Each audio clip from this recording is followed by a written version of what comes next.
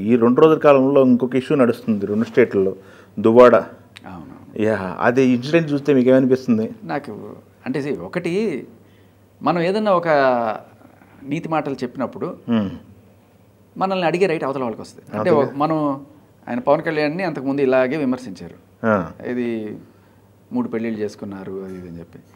మరి ఇప్పుడు ఆయన దొరికాడు కదా. హిందూ సాంప్రదాయం ఏకపత్ని వ్రతం అని చాలా మాట్లాడుతున్నారు, వీడియోలు ఉన్నాయి. ఏదైనా కానీ ఏ సాంప్రదాయం అయినా కానీ ఆయన అన్నాడు, ఆన్ రికార్డు ఉంది. ఇప్పుడు అది అనకపోయింటే ఇది నా లైఫ్, అది ఆయన పర్సనల్ లైఫ్, ఆయన ఇష్టం అని ఉన్నాడు అనుకోండి ఆ రోజు, ఇది నా పర్సనల్ లైఫ్ నా ఇష్టం అనే ఛాన్స్ ఉంటుంది. బట్ ఆ రోజు ఆయన అనలేదు కాబట్టి ఈయన్ని ఫుల్గా ఏకేస్తారు. దాంట్లో ఇంకా రకరకాల కార్టూన్లు కూడా వస్తాయి, దువ్వాడ బాగా దువ్వాడా ఇలాంటివన్నీ కూడా వస్తాయి. అంటే మనం బయటికి ఒకటి లోపలికి ఒకటి ఉండడం వల్ల వచ్చే ఇదనమాట. అదే చెప్తారు కదా, చెప్పేది శ్రీరంగ నీతులు అలా. జనరల్ పొలిటికల్ అంటే అదే కదండి.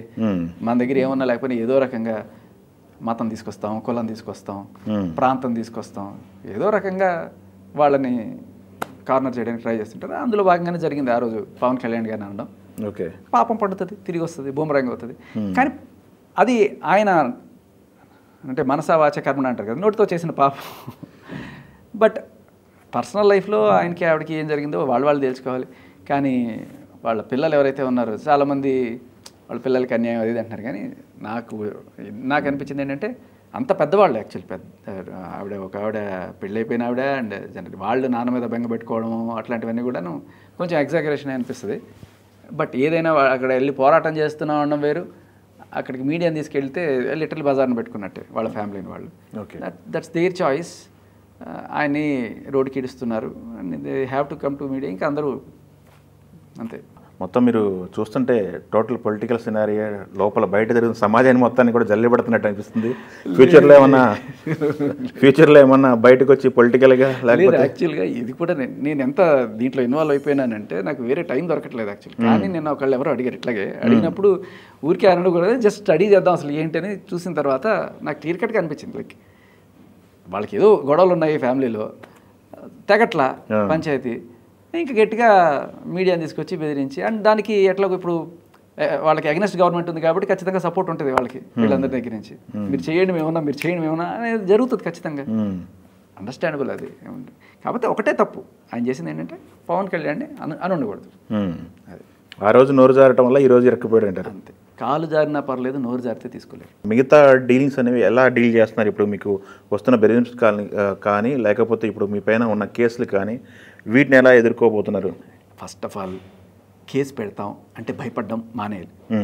మగాళ్ళందరికీ నేను చెప్పేది ఇది, ఎప్పుడైతే మీరు భయపడతారో పెట్టుకోనివ్వండి, నథింగ్ విల్ హ్యాపెన్. పెట్టుకోనివ్వండి. మీరు ఎప్పుడైతే భయపడతారో అప్పుడు మీ మీద ఎక్స్టార్షన్ స్టార్ట్ అవుతుంది. భయం చావుతో సమానం.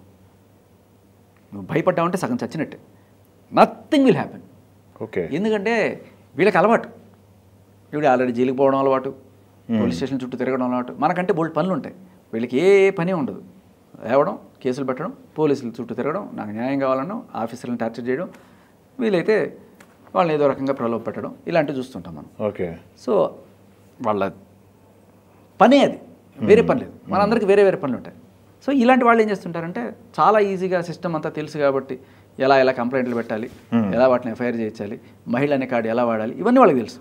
ఓకే, కానీ నేను అనేది ఒకటే, ఎవరైనా సరే మీ మీద వచ్చి కేసు పెడతాను అంటే మీ దగ్గర తప్పు లేనప్పుడు అస్సలు భయపడాల్సిన పని లేదు. పెట్టుకునేవాడు, ఏమైనా పెట్టుకునేవాడు, నథింగ్ విల్ హ్యాపెన్. ఓకే, అంతే. ఇంకొకటి సార్, ఇప్పుడు మీ పనులు చాలా పనులు ఉన్నాయి ఇది అంటారు కదా, మీ ప్రొఫెషనల్ లైఫ్ ఎలా ఉంది? ప్రొఫెషనల్గా మీకు కోఆపరేషన్ వస్తుందా? అద్భుతం అండి. Management blessed to have such colleagues and management and full support నాకు ఇప్పుడు కూడా. Okay, I'm blessed to have such great team. I always, నాకు ఫ్యామిలీ సపోర్ట్ కానీ ఆఫీస్ సపోర్ట్ కానీ చాలా కీలకం. లేదు ఇంత దాన్ని ఏమంటారంటే సర్కస్ చేసే వాళ్ళ కింద ఒక వల కట్టుకుంటారు, వల కట్టుకొని పైన ఎగురుతుంటారు, ఎందుకంటే వాడు పడిపోయిన వల ఉంటుందని ఒక ఇదనమాట.